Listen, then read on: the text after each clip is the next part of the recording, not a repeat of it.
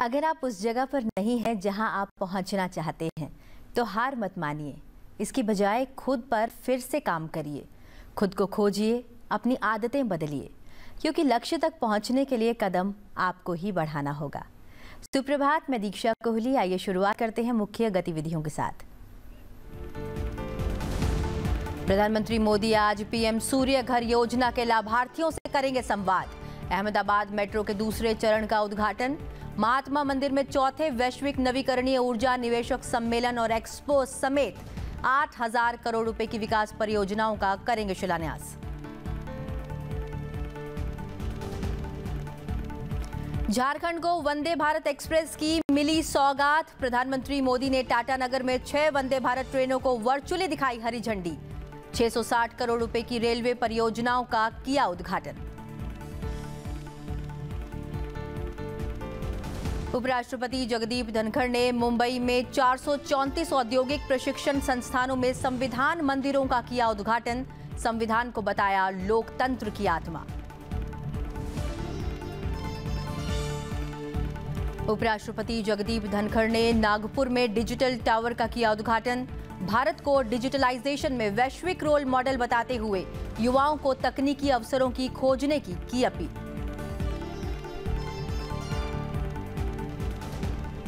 लोकसभा अध्यक्ष ओम बिरला ने जयपुर में नवोदय विद्यालय के पूर्व विद्यार्थियों को राष्ट्रीय गौरव अवार्ड से किया सम्मानित। नवोदय विद्यालयों की शिक्षा और अनुशासन की सराहना की। अंतर्राष्ट्रीय वैश्य सम्मेलन में समाज के प्रबुद्धजनों से आर्थिक समृद्धि के स्तंभ बनने की अपील।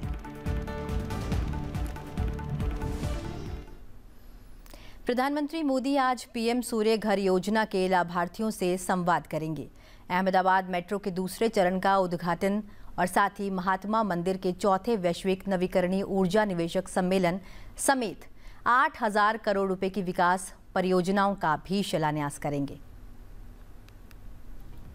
प्रधानमंत्री नरेंद्र मोदी 3 दिन की गुजरात यात्रा पर अहमदाबाद में हैं। प्रधानमंत्री इस दौरान विभिन्न विकास परियोजनाओं का उद्घाटन और शिलान्यास करेंगे। प्रधानमंत्री आज सुबह करीब 9:45 पर गांधीनगर में पीएम सूर्य घर मुफ्त बिजली योजना के लाभार्थियों से बातचीत करेंगे। इसके बाद सुबह करीब 10:30 बजे वह गुजरात के गांधीनगर स्थित महात्मा मंदिर में चौथे वैश्विक नवीकरणीय ऊर्जा निवेशक सम्मेलन और एक्सपो का उद्घाटन करेंगे। दोपहर लगभग 1:45 पर प्रधानमंत्री अहमदाबाद मेट्रो रेल परियोजना का उद्घाटन करेंगे और खंड 1 मेट्रो स्टेशन से गिफ्ट सिटी मेट्रो स्टेशन तक मेट्रो की सवारी करेंगे। इसके बाद प्रधानमंत्री अहमदाबाद में दोपहर करीब 3:30 बजे 8,000 करोड़ रुपए से अधिक की लागत वाली विभिन्न विकास परियोजनाओं का उद्घाटन और शिलान्यास करेंगे।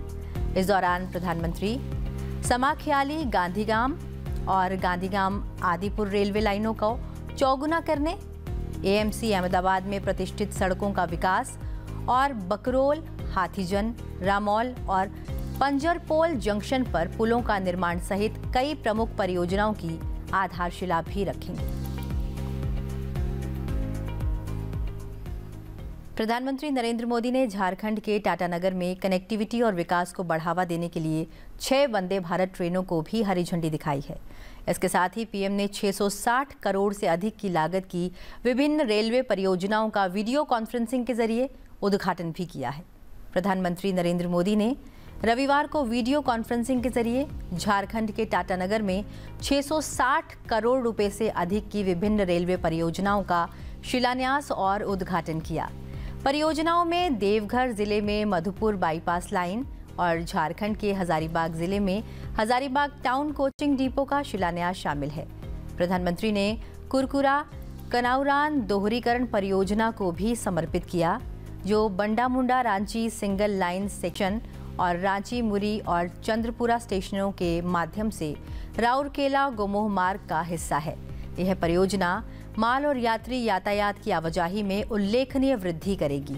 इसके अतिरिक्त जनता की सुरक्षा में सुधार के लिए 4 रोड अंडरब्रिज का उद्घाटन किया गया।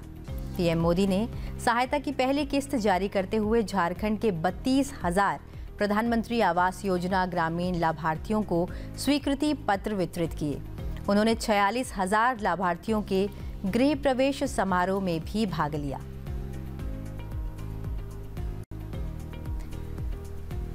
इससे पहले प्रधानमंत्री नरेंद्र मोदी ने वीडियो कॉन्फ्रेंसिंग के जरिए टाटानगर जंक्शन रेलवे स्टेशन पर 6 वंदे भारत ट्रेनों को हरी झंडी दिखाई।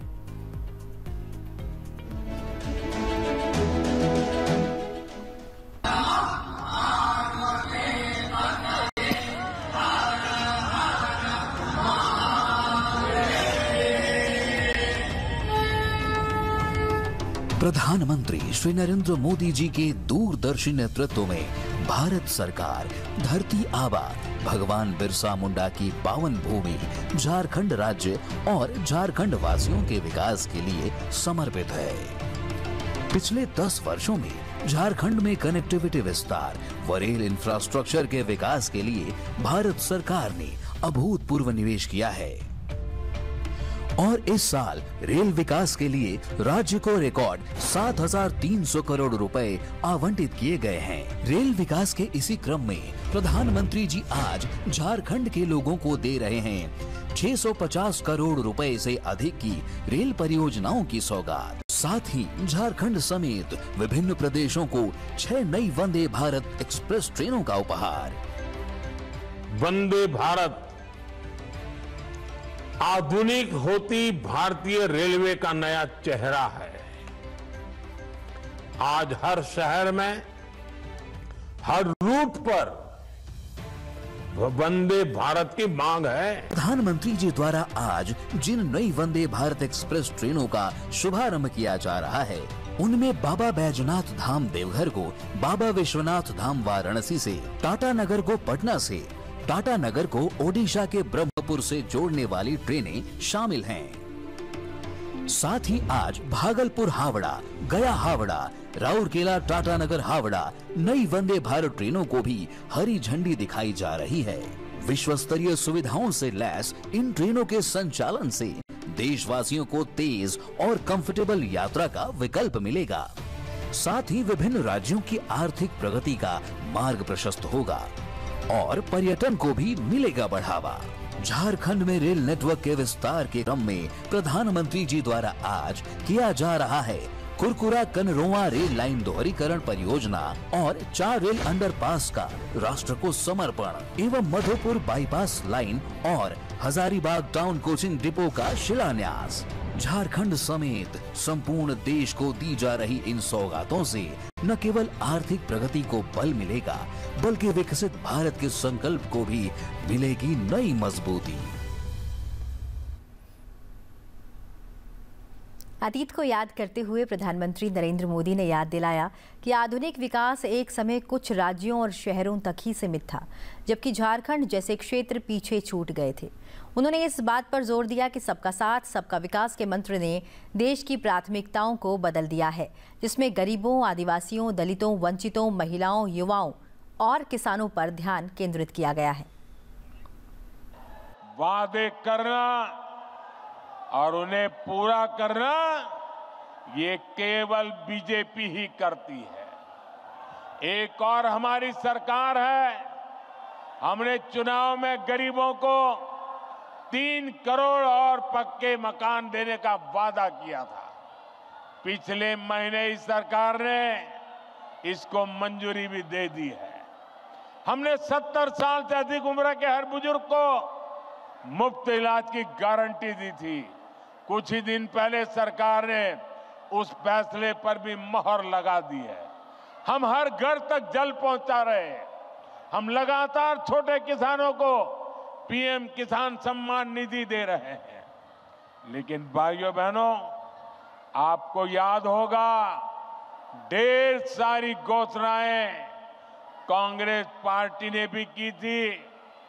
कांग्रेस ने पिछले लोकसभा चुनाव में युवाओं और महिलाओं को 1-1 लाख रुपए देने का वादा किया था, लेकिन जब महिलाएं ये पैसा मांगने कांग्रेस दफ्तर पर गई तो महिलाओं को अपमानित किया गया।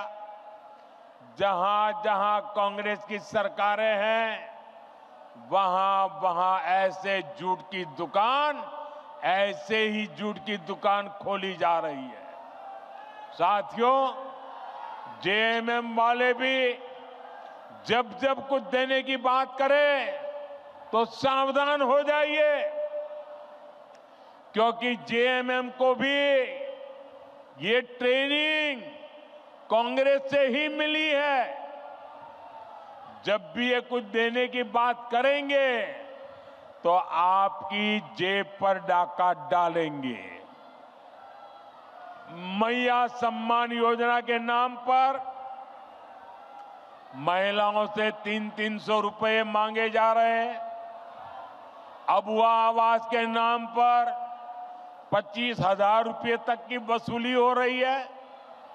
केंद्र सरकार की योजनाओं में भी जहां इन्हें मौका मिल रहा है, ये पिछले दरवाजे से लाभार्थियों को गुमराह करके उनसे भी वसूली कर रहे हैं। म्यूटेशन और नाम सुधार जैसे काम करने वाले के लिए 5-5 हजार देने पड़ते हैं।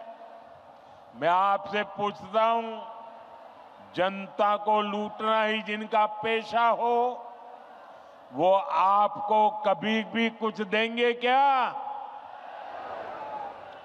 ये जवाब देने का मौका आपको आने वाले चुनाव में मिलेगा।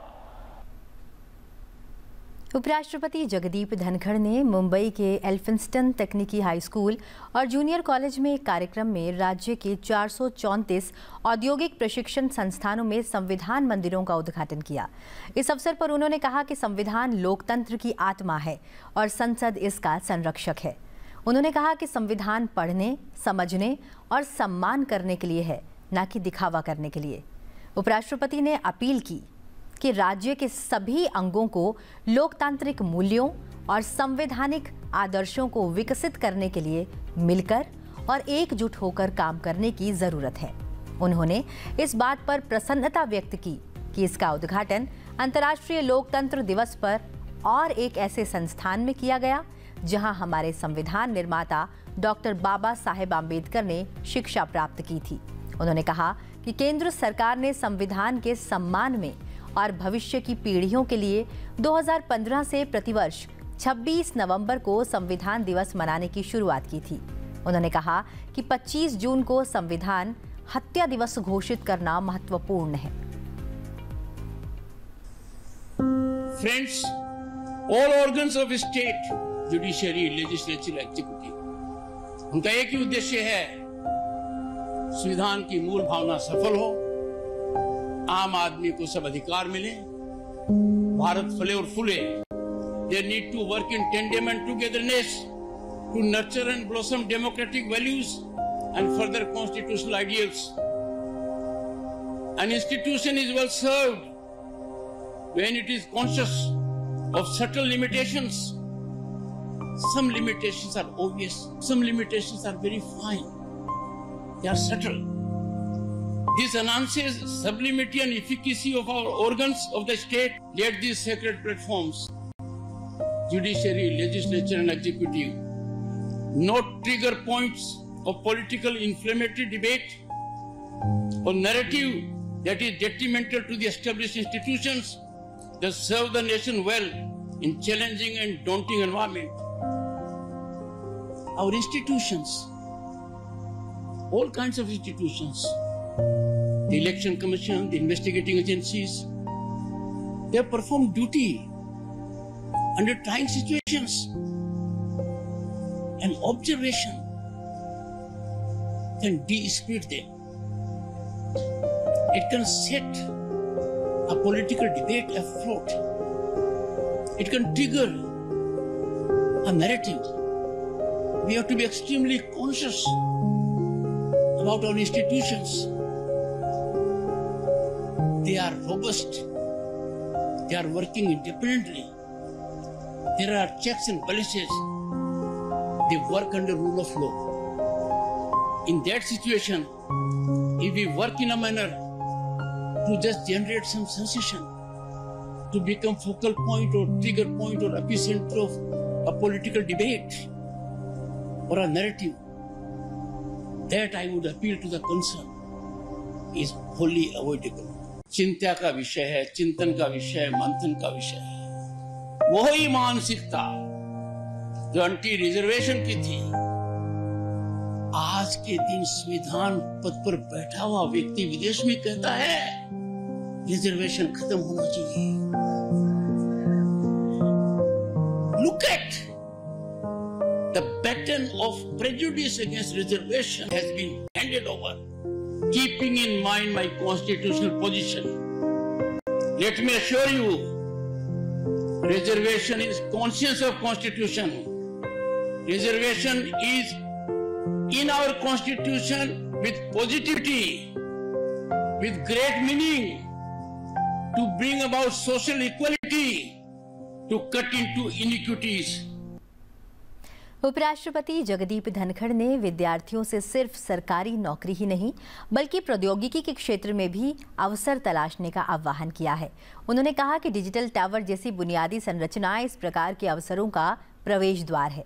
उपराष्ट्रपति नागपुर में बाबा रामदेव विश्वविद्यालय में डिजिटल टावर का उद्घाटन करने के बाद एक कार्यक्रम को संबोधित करते हुए ये बात कह रहे थे।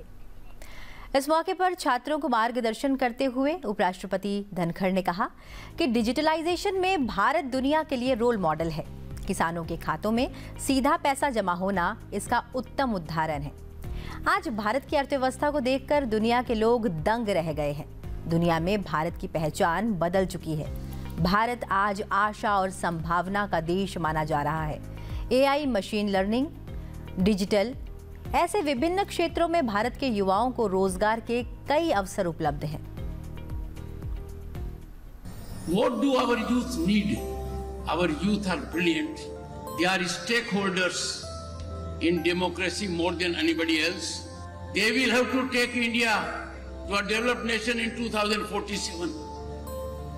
But they were being held back, pulled back by three things. One, there was no equality before law. There was a time when people thought we are above law. We had privileged pedigree. Some people had extra advantages. Now they are within the reach of law. All of you know it. Equality before law is the most vital facet of democracy. प्रजातंत्र में समानता नहीं होगी, एक अधिकार नहीं होगा, तो प्रजातंत्र का कोई अर्थ नहीं है। कोई ये कह दे कि मैं जन्म से, जाति से या किसी और व्यवस्था से औरों से ऊपर हूं, कानून के सिंकजे से बाहर हूं, कानून मेरा कुछ नहीं कर पाए, ये नवयुवक और नवयुवतियों के लिए बहुत घातक था। But now equality before law is a ground reality. India is one of the few countries in the world that has taken global lead in these technologies. Our quantum computing mission, a huge allocation of 6,000 crores, will be a game changer in computing world. Green hydrogen mission by 2030, already allocation of 19,000 crores will create 8 lakh jobs with 8 lakh crore investments. ये ऐसी चीजें हैं जिसी की वजह से IMF और world bank कहते हैं Bharat is favourite destination of investment and opportunity. सरकारी नौकरी की वजह से नहीं कह रहे हैं, इसलिए कह रहे हैं and we have enough to contribute in that area. Boys and girls, we have to live with artificial intelligence and disruptive technologies, but we have to keep them in chains. We have to keep them regulated. We have to keep them to our advantage. I have no doubt with your application of mind, the facility which has been inaugurated today will give you cutting edge and will take you a long way. Lok Sabha अध्यक्ष ओम बिरला राजस्थान यात्रा पर थे। इस दौरान उन्होंने जयपुर में जवाहर नवोदय विद्यालय द्वारा आयोजित विशेष कार्यक्रम को संबोधित किया। लोकसभा अध्यक्ष ओम बिरला ने जयपुर प्रवास के दौरान नवोदय विद्यालय परिवार द्वारा आयोजित राष्ट्रीय गौरव अवार्ड कार्यक्रम में देश दुनिया में अपने नेतृत्व से नवोदय परिवार का गौरव बढ़ा रहे पूर्व विद्यार्थियों को सम्मानित किया। लोकसभा अध्यक्ष ने कहा कि उत्कृष्ट शिक्षा, अच्छे संस्कार और अनुशासन नवोदय विद्यालयों की पहचान रही है। उन्होंने अंतर्राष्ट्रीय लोकतंत्र दिवस पर युवा शक्ति का आह्वान किया कि वे विकसित भारत के राष्ट्रीय संकल्प में अपनी सक्रिय भागीदारी का निर्वहन करें। लोकसभा अध्यक्ष ओम बिरला जयपुर प्रवास के दौरान वैश्य फेडरेशन द्वारा आयोजित अंतर्राष्ट्रीय वैश्य सम्मेलन में भी सम्मिलित हुए। इस अवसर पर उन्होंने कहा कि देश की आर्थिक प्रगति में समाज की बड़ी भूमिका रही है। सर्वहित सर्वोपरि का मूल मंत्र वैश्य समाज की पहचान और ताकत है। पूर्वजों द्वारा दिए सेवा के संस्कार को भावी के माध्यम से आगे बढ़ाना हम सभी का दायित्व है। समाज के सभी प्रबुद्ध जनों का आह्वान किया कि वे आर्थिक समृद्धि के स्तंभ के रूप में आत्मनिर्भर भारत की यात्रा में सकारात्मक योगदान दें। भारत ने चक्रवाती तूफान यागी से प्रभावित लोगों के प्रति एकजुटता प्रदर्शित करने के लिए म्यांमार, वियतनाम और लाओस को मानवीय सहायता भेजी है। विदेश मंत्री डॉक्टर सुब्रमण्यम जयशंकर ने एक सोशल मीडिया पोस्ट में कहा कि INS सतपुड़ा पोत 10 टन राहत सामग्री लेकर म्यांमार के लिए रवाना हो गया। इस सामग्री में सूखा राशन, कपड़े और दवाइयां शामिल हैं। भारतीय वायुसेना ने बाढ़ प्रभावित वियतनाम और लाओस को मानवीय सहायता और आपदा राहत उपलब्ध कराने के लिए C-17 ग्लोबमास्टर विमान की तैनाती की है। वियतनाम को 35 टन राहत सामग्री भेजी गई है, जिसमें जल शुद्धिकरण वस्तुएं, पानी के कैन, सौर लालटेन और रसोई का सामान शामिल है। लाओस को जनरेटर सेट, जल शुद्धिकरण वस्तुएं, स्वच्छता संबंधी वस्तुएं, मच्छरदानी, कंबल और स्लीपिंग बैग भेजे गए हैं। इनका कुल वजन 10 टन है। यह विमान हिंडन वायुसेना अड्डे से रवाना हुआ है। आज MS सुब्बुलक्ष्मी की जयंती है। राष्ट्र भारतीय संगीत की महान विभूति को श्रद्धांजलि अर्पित करता है।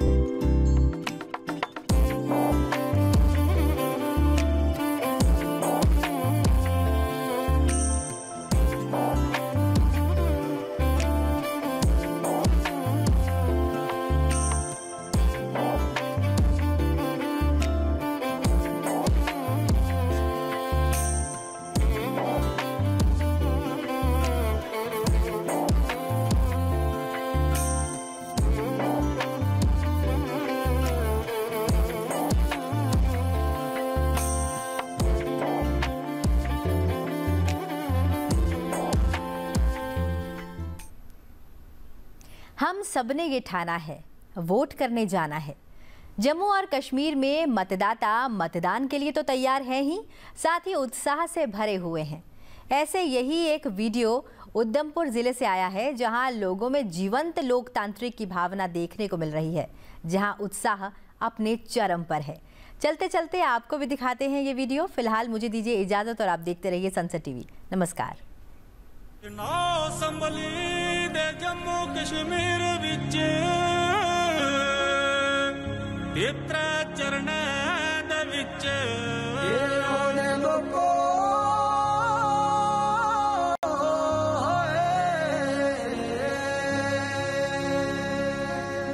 असंबली सीट बाट रामनगर विच अक्तूबर 1 की वोट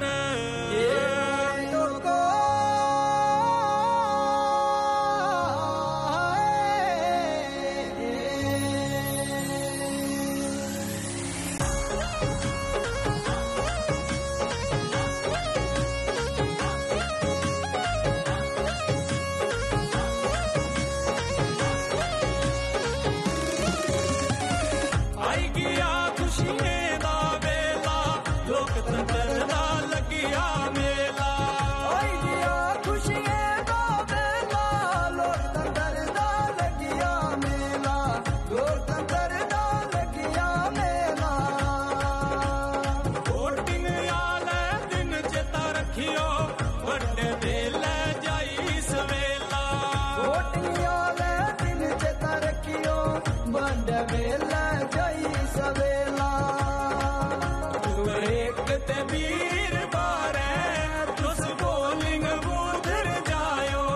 18 साल शायू पर सारे वोट अपना अपना